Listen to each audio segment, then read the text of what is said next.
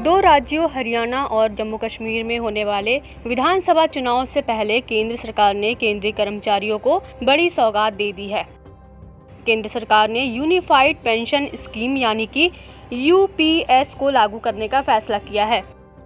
आपको बता दें कि कर्मचारी लंबे समय से न्यू पेंशन स्कीम के बजाय ओल्ड पेंशन स्कीम लागू करने की मांग कर रहे थे। इसे देखते हुए सरकार ने बीच का रास्ता निकाला और अब यूपीएस लागू करने का फैसला किया है। आपको बता दें कि केंद्र की एनडीए कैबिनेट ने अटल बिहारी वाजपेयी सरकार की ओर से 21 साल पहले लागू किए गए न्यू पेंशन स्कीम में रिफॉर्म को मंजूरी दी है। इसके समानांतर केंद्र ने यूनिफाइड पेंशन स्कीम लाने का ऐलान किया है। बीते दिन शनिवार को केंद्रीय कैबिनेट की बैठक में इसे मंजूरी दी गई और अगले साल यानी कि 1 अप्रैल 2025 से इसे लागू करने का प्लान है। आइए अब जानते हैं कि यूनिफाइड पेंशन स्कीम से क्या क्या फायदे हैं। आपको बता दें कि सरकार के मुताबिक इस स्कीम से एक नहीं अनेकों फायदे हैं। अगर किसी कर्मचारी ने न्यूनतम 25 साल तक काम किया तो रिटायरमेंट के पहले आखिरी 12 महीने के औसत वेतन का कम से कम 50% पेंशन के रूप में मिलेगा। अगर किसी पेंशन भोगी को मौत होती है तो उसके परिवार को मृत्यु के वक्त मिलने वाले पेंशन का 60% परिवार को मिलेगा। अगर 10 साल के बाद नौकरी छोड़ते हैं तो 10,000 रुपये पेंशन मिलेगी।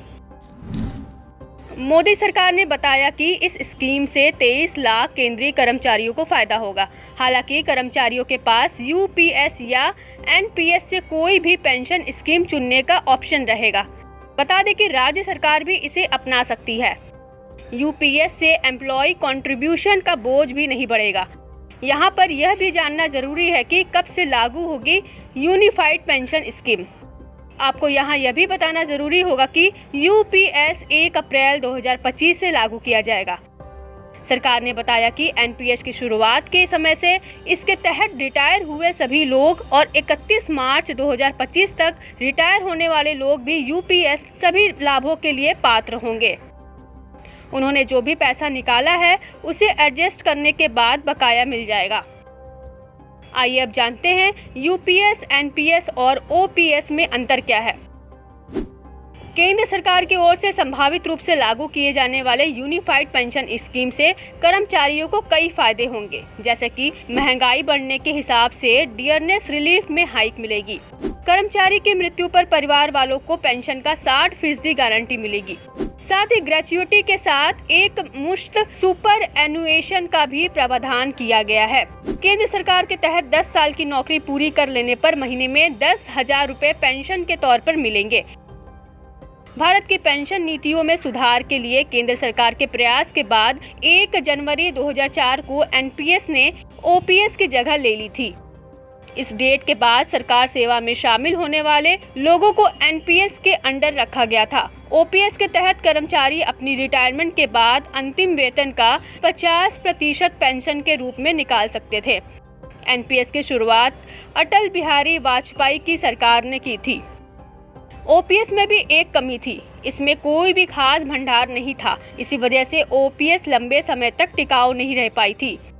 यूपीएस और एनपीएस में अंतर की बात करें तो पुरानी पेंशन में 20 लाख रुपए की ग्रेच्युटी दी जाती थी।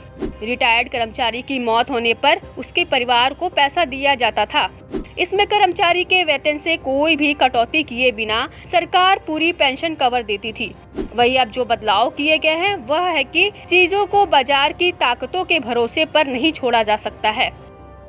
ओपीएस के तहत मिलने वाली पेंशन पर कोई टैक्स नहीं देना होता था। हालांकि एनपीएस और यूपीएस में टैक्स का प्रावधान किया गया है।